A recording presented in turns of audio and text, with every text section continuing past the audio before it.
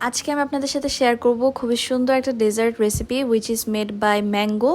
তো এটা না কেক না পুডিং, এটার নাম আসলে কি দিব আমি জানি না। এটা আমি শ্রাবণী শেয়ার্স আপুর যে পেজ সেখান থেকে আমি দেখেছিলাম, আপুর ওই রান্নাটা দেখে আমি ইন্সপায়ার্ড হয়ে এটা আমি কুক করেছি। সো এইটার রেসিপিটা আজকে আপনাদের সাথে শেয়ার করব যে আপুর মতন হুবহু হলো কি হলো না। সো ফার্স্টে আমাদের লাগবে হচ্ছে এখানে একটা টক দই। আমি এখানে পুরোটুকু টক দই নিয়েছিলাম।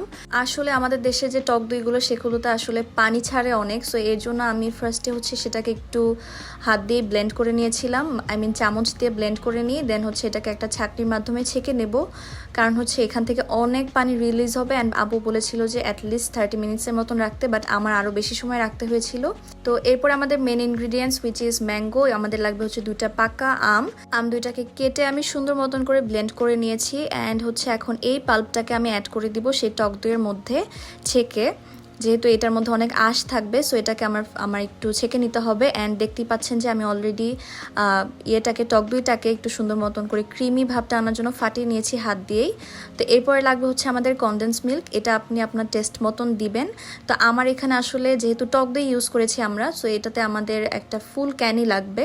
তা আমি আমার ফুল ক্যানটা অ্যাড করে দিলাম। অ্যান্ড হচ্ছে ভালো মতনভাবে মিক্স অ্যান্ড মিক্স। সো লাস্টে হচ্ছে একদম মিক্স করার পরে আমাদের এরকম একটা টেক্সচার আসবে, যেটা হচ্ছে দেখে মনে হচ্ছে একদম আমরা বেক করব। এরপরে আমি যেটাতে বেক করব সেটাতে আমি প্লেস করে নিলাম। অ্যান্ড তার আগে আমি একটা পেপার কাট দিয়ে সেটার উপরে অয়েল ব্রাশ করে ওখানে আমি দিয়ে দিয়েছিলাম। অ্যান্ড আমাদের যেই প্যানে আমরা হচ্ছে এটাকে বেক করব সেটার মধ্যে আমি আগে থেকে একটা প্যান দিয়ে দিয়েছিলাম। অ্যান্ড তার মধ্যে পানি দিয়ে দিই, সেই পানিটাকে আমরা আগে কিছুক্ষণ ওয়ার্ম করব, তারপর আমি এটাকে কভার করে দিব। অ্যান্ড এটাকে আমি এখন আমার সেই ওয়ার্ম করা প্যানটাতে দিয়ে দিব। অ্যান্ড এখানে আমি 35 to 40 মিনিটসের মতন কুক করব, সো একদম লো হিটে। তো তারপরে আমি একটা টুথপিক দিয়ে ট্রাই করে দেখলাম যে এখনও পর্যন্ত অনেকটাই পানি পানি আছে। আসলে আমাদের দেশের টক দইটাই এরকম, অনেকক্ষণ আমি রাখার পরে দেন হচ্ছে আবার ওইটাকে একটু ঠান্ডা করে আমি হচ্ছে ফ্রিজে 2 ঘন্টা রেখেছিলাম।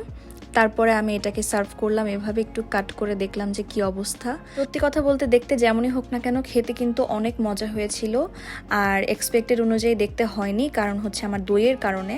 সো যাই হোক, এটাই ছিল আমার ম্যাঙ্গো ডেজার্টের recipe. Thank you for watching everyone, tata.